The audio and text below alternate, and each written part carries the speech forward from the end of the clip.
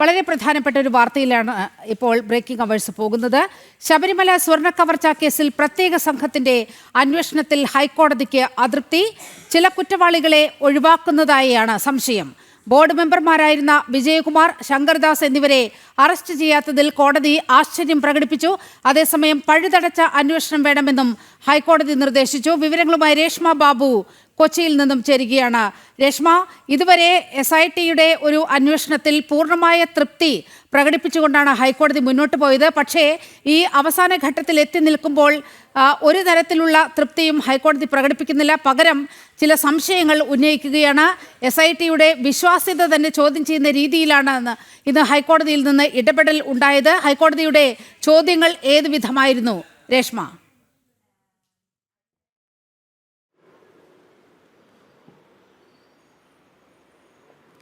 നിലമ ശബരിമല സ്വർണ്ണക്കവർച്ച കേസിൽ 3 പ്രതികളുടെ ജാമ്യാപേക്ഷ തള്ളിയ ഉത്തരവിലാണ് ഹൈക്കോടതി നിശ്ചിത ഭാഷയിൽ SIT സംഘത്തെ വിമർശിച്ചിരിക്കുന്നത്. SITയുടെ അന്വേഷണം തൃപ്തികരമല്ല എന്നുള്ളതാണ് ഹൈക്കോടതിയുടെ കണ്ടെത്തൽ. അതായത് SIT ചില കുറ്റവാളികളെ ഒഴിവാക്കുന്നു. ഈ ബിഗ് ഗൺസ്, അതായത് വലിയ തോക്കുകളിലേക്ക് എന്തുകൊണ്ടാണ് അന്വേഷണം നീളാത്തത്? ഇതടക്കമുള്ള വളരെ പ്രസക്തമായിട്ടുള്ള ചോദ്യങ്ങളാണ് ഹൈക്കോടതിയുടെ ഭാഗത്തുനിന്നും ഉണ്ടായത്. അതായത് ഈ സ്വർണം പൊതിഞ്ഞ പാളികൾ അത് പക്ഷേ ചെമ്പെന്ന് രേഖപ്പെടുത്തി കൊണ്ട് ഉണ്ണികൃഷ്ണൻ പോറ്റിക്ക് കൊടുത്ത സമയത്ത് A. Padmakumar Devaswom board president ആയിരുന്നു. ബോർഡ് മെമ്പർമാരായിട്ടുള്ളത് വിജയകുമാർ, അഡ്വക്കേറ്റ് വിജയകുമാർ, KP ശങ്കരദാസ് എന്നിവരാണ്. പക്ഷേ ഈ 2 പേരിലേക്കും എന്തുകൊണ്ടാണ് SIT സംഘത്തിന്റെ അന്വേഷണം നീളാത്തത് എന്നുള്ള ഒരു ചോദ്യമാണ് ആദ്യഘട്ടത്തിൽ തന്നെ ഹൈക്കോടതി ഉയർത്തിയിരിക്കുന്നത്. അതായത് ഈ KP ശങ്കരദാസിനെയും വിജയകുമാറിനെയും പ്രതി ചേർത്തിട്ടുണ്ടോ, കേസിൽ പ്രതി ചേർത്തിട്ടുണ്ടോ, അവരെ അറസ്റ്റ് ചെയ്തിട്ടുണ്ടോ എന്നുള്ളൊരു ചോദ്യം ഹൈക്കോടതി ഉന്നയിച്ച സമയത്ത് സംസ്ഥാന സർക്കാരിന് പക്ഷേ മറുപടി ഉണ്ടായിരുന്നില്ല. അത്തരത്തിൽ അവരെ പ്രതി ചേർക്കുകയോ അറസ്റ്റ് ചെയ്യുകയോ ഉണ്ടായിട്ടില്ല എന്നുള്ളതായിരുന്നു സർക്കാർ നൽകിയ മറുപടി. ഇതിലാണ് ഹൈക്കോടതി അത്ഭുതവും ആശ്ചര്യവും പ്രകടിപ്പിച്ചിട്ടുള്ളത്. അതായത് ചിലരെയൊക്കെ ഒഴിവാക്കിക്കൊണ്ടുള്ള ഒരു അന്വേഷണമാണ് നിലവിൽ പ്രത്യേക അന്വേഷണ സംഘം തുടരുന്നത് എന്നുള്ളതാണ് ഹൈക്കോടതിയുടെ ഈ അതൃപ്തിക്ക് ആധാരമായിട്ടുള്ള പരാമർശം.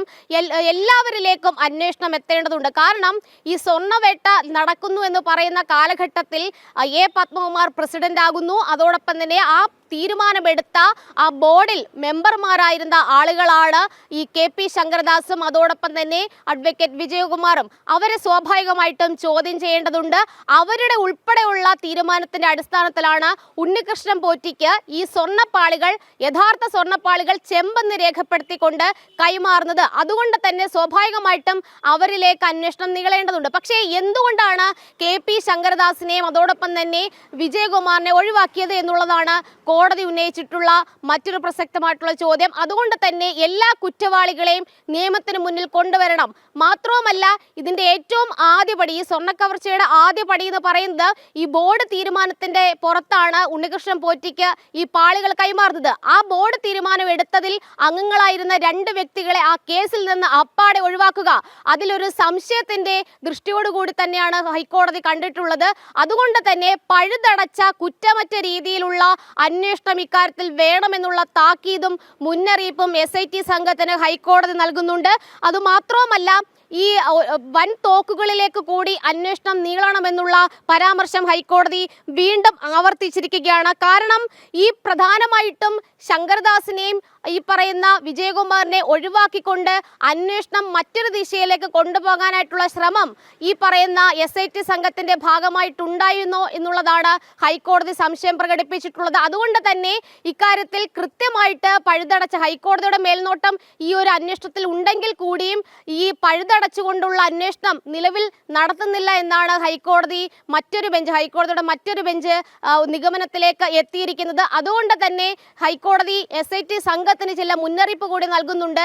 ഏറ്റവും ഒടുവിലത്തെ കുറ്റവാളി, അതായത് ശബരിമലയിലെ ഈ സ്വർണം കവർന്നെടുത്തവരിൽ ഏറ്റവും ഒടുവിലത്തെ കുറ്റവാളിയെ വരെ ഈ നിയമത്തിന് മുന്നിൽ കൊണ്ടുവരണമെന്നുള്ള പരാമർശവും ഹൈക്കോടതി ഈ KS ബൈജുവിന്റെ ഉൾപ്പെടെ ജാമ്യ അപേക്ഷ തള്ളിയ ഉത്തരവിൽ ചൂണ്ടിക്കാട്ടിയിട്ടുണ്ട്.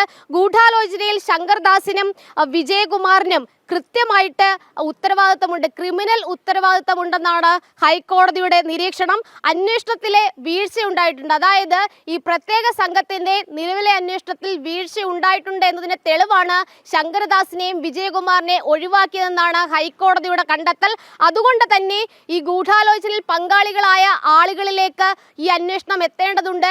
ശങ്കരദാസിനെയും വിജയകുമാറിനെ ഒഴിവാക്കിക്കൊണ്ട് ഒരു അന്വേഷണം അത് നടത്തി അതിൽ തീരുമാനമെടുത്ത് അവസാനിപ്പിക്കാൻ സാധിക്കില്ല എന്നാണ് ഹൈക്കോടതി പറഞ്ഞിട്ടുള്ളത്. നീലിമ, ഇതിൽ പ്രസക്തമായിട്ടുള്ള ഒരു കാര്യം, ഒരു പത്മകുമാറിന്റെ അറസ്റ്റിന് ശേഷം ഏകദേശം കാര്യങ്ങൾ മന്ദഗതിയിൽ പോകുന്ന ഒരു അവസ്ഥയിലേക്ക് എത്തിയിരുന്നു. കാരണം തെരഞ്ഞെടുപ്പൊക്കെ തന്നെ അടുത്തിരുന്ന ഒരു അവസരത്തിലായിരുന്നു പത്മകുമാറിന്റെ അറസ്റ്റ്. പക്ഷേ പിന്നീട് SITയുടെ അന്വേഷണം മന്ദഗതിയിലായി. വീണ്ടും 1.5 മാസത്തോളം ഹൈക്കോടതിയിൽ നിന്ന് സാവകാശം കിട്ടി. പക്ഷേ അത് കൃത്യമായിട്ട് വിനിയോഗിക്കാൻ SIT സംഘത്തിന് ഇതുവരെ സാധിച്ചിട്ടില്ല എന്നുള്ളത് തന്നെയാണ് ഹൈക്കോടതിയുടെ ഈ വിമർശനത്തിന് ആധാരം. മറ്റൊന്ന്, ഈ ബോർഡിലെ ചിലരിലേക്ക് മാത്രം അന്വേഷണം നീളുന്നു എന്നുള്ളതാണ്. അതായത് യഥാർത്ഥത്തിൽ ആസൂത്രകരായി ഗൂഢാലോചനയിൽ പങ്കാളികളായിരുന്നവർ, അവരിലേക്ക് എന്തുകൊണ്ടാണ് അന്വേഷണ സംഘത്തിന് എത്തിപ്പെടാൻ സാധിക്കാത്തത്? അതാണ് രേഷ്മ ഹൈക്കോടതി വളരെ കൃത്യമായി ഒരു ചോദ്യം ചോദിച്ചത്. ഇത്ര വലിയൊരു സ്വർണ്ണക്കൊള്ള, അങ്ങനെ ചില ഉദ്യോഗസ്ഥർ, ചില ബോർഡ് മെമ്പർമാർ, ഇവർ മാത്രം വിചാരിച്ചാൽ ഇത്രയും വലിയ ഒരു കവർച്ച നടത്താനാകുമോ? ഇതിൽ ഉന്നത തലത്തിലുള്ള ആളുകളിലേക്ക് അന്വേഷണം എത്തേണ്ടേ? പത്മകുമാറിൽ എത്തി നിൽക്കുകയാണോ SITയുടെ അന്വേഷണം എന്നതടക്കം വളരെ സുപ്രധാനമായ ചോദ്യങ്ങൾ, ഈ പൊതുസമൂഹം ചോദിക്കുന്ന ചോദ്യങ്ങൾ തന്നെയാണ് ഇപ്പോൾ ഹൈക്കോടതി SITയോട് ഉന്നയിച്ചിരിക്കുന്നത്. രേഷ്മ,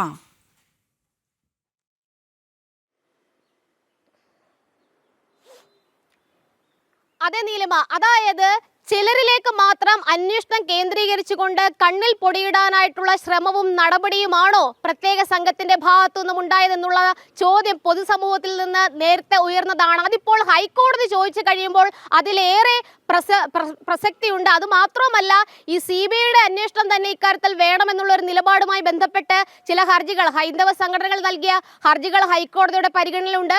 ഹൈക്കോടതിയുടെ മേൽനോട്ടത്തിൽ മാത്രം ഈ അന്വേഷണം നടക്കുന്നുണ്ട് എന്നുള്ളതാണ് ഒരു ചെറിയ രീതിയിലെങ്കിലും ആശ്വാസം നൽകുന്ന ഒരു ഘടകം. അതിനിടയിൽ തന്നെയാണ് ഈ 3 പേരുടെയും, അതായത് ഈ കേസിലെ സുപ്രധാനമായിട്ടുള്ള കുറ്റം ചുമത്തപ്പെട്ടിട്ടുള്ള 3 പ്രതികളുടെ ജാമ്യാപേക്ഷ തള്ളിയ ഉത്തരവിലും ഹൈക്കോടതിക്ക് അതൃപ്തിയുണ്ട്. കൃത്യമായിട്ട് ഹൈക്കോടതി അത് പ്രകടിപ്പിച്ചിട്ടുണ്ട്. അതായത് ഈ വിജയകുമാറും KP ശങ്കരദാസിന്റെയും പേരുകൾ മാത്രമാണ് ഇപ്പോൾ ഹൈക്കോടതി ഉത്തരവിൽ വ്യക്തമാക്കിയിട്ടുള്ളത്. അവർക്ക് പിറകിലുള്ള ആളുകളിലേക്കും അന്വേഷണം എത്തണമെന്നുള്ളതാണ് ഈ വൻ തോക്കുകൾ എന്നുള്ള പരാമർശത്തിൽ ഹൈക്കോടതി ഉൾപ്പെടുത്തിയിരിക്കുന്നത്. മറ്റൊന്ന്, ഈ ഗൂഢാലോചനയിൽ, അതായത് ഉണ്ണികൃഷ്ണൻ പോറ്റിക്ക് ഈ ഒരു കട്ടിളപ്പാളിയാണെങ്കിലും ദ്വാരപാലക ശില്പത്തിന്റെ പാളികളാണെങ്കിലും കൊടുത്തുവിടുന്ന സമയത്ത് ദേവസ്വം ബോർഡിന്റെ തീരുമാനത്തിന് അനുസൃതമായിട്ടാണ് നടപടികൾ ഉണ്ടായിരുന്നത്. ആ നടപടികൾ സ്വീകരിക്കുന്നത് ദേവസ്വം ബോർഡ് പ്രസിഡന്റ് മാത്രമല്ല, ദേവസ്വം ബോർഡിലെ അംഗങ്ങളുണ്ട്. ആ അംഗങ്ങളിലേക്ക് എന്തുകൊണ്ട് അന്വേഷണം എത്തുന്നില്ല? അതാണ് ശങ്കരദാസിന്റെയും അതോടൊപ്പം തന്നെ അഡ്വക്കേറ്റ് വിജയകുമാറിന്റെയും പേര് പരാമർശിച്ചുകൊണ്ട് ഹൈക്കോടതി ചോദിച്ചിരിക്കുന്നത്. ഈ ഗൂഢാലോചന അടക്കമുള്ള കാര്യങ്ങളിൽ വ്യക്തത വരുത്തേണ്ടതുണ്ട്. പഴുതടച്ച അന്വേഷണം ഇക്കാര്യത്തിൽ ഉറപ്പുവരുത്താനായിട്ടുള്ള ബാധ്യതയും ഉത്തരവാദിത്വവും SIT സംഘത്തിനുണ്ട് എന്നുള്ള മുന്നറിയിപ്പും ഹൈക്കോടതി നടത്തിയിരിക്കുകയാണ്. എന്തായാലും SIT സംഘത്തിന്റെ ഇതുവരെയുള്ള അന്വേഷണത്തിൽ ഹൈക്കോടതിക്ക് തൃപ്തിയില്ല. പലയിടങ്ങളിലും ലൂപ്പ് ഹോൾസ് ഉണ്ട്, അതായത് പഴുതുകളുണ്ട്, പലർക്കും രക്ഷപ്പെടാനായിട്ടുള്ള അവസരങ്ങളുണ്ട്.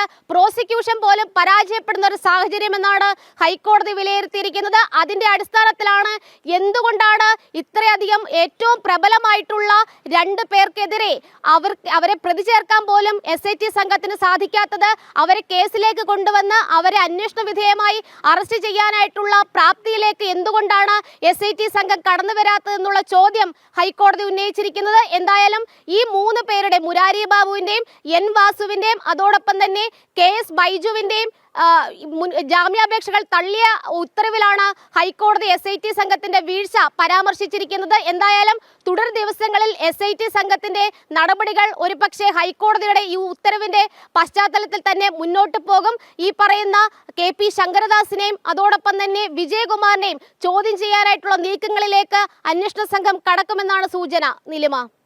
ഓക്കെ രേഷ്മ, അങ്ങനെ ഉന്നതരിലേക്ക് ശബരിമല സ്വർണ്ണക്കൊള്ളയുടെ ആ അന്വേഷണം ചെന്നെത്താൻ പോകുകയാണ്. ഹൈക്കോടതി SITയെ കുടഞ്ഞിരിക്കുകയാണ് യഥാർത്ഥത്തിൽ ഇന്നുണ്ടായത്. മാത്രവുമല്ല, EDക്ക് SITയുടെ രേഖകൾ മുഴുവൻ കൈമാറാൻ വിജിലൻസ് കോടതി ഉത്തരവിടുകയും ചെയ്തു. അങ്ങനെ ED അന്വേഷണവും സ്വർണ്ണക്കൊള്ളയിലേക്ക് എത്തുകയാണ്. അപ്പോൾ ഈ വരുന്ന നിയമസഭാ തെരഞ്ഞെടുപ്പ് കാലത്ത് ഒരിക്കൽ കൂടി തദ്ദേശ തെരഞ്ഞെടുപ്പിൽ പ്രതിരോധത്തിലായതുപോലെ ഒരുപക്ഷെ അതിനേക്കാൾ തീവ്രമായ പ്രതിരോധത്തിലേക്ക് CPM നീങ്ങുകയാണ്.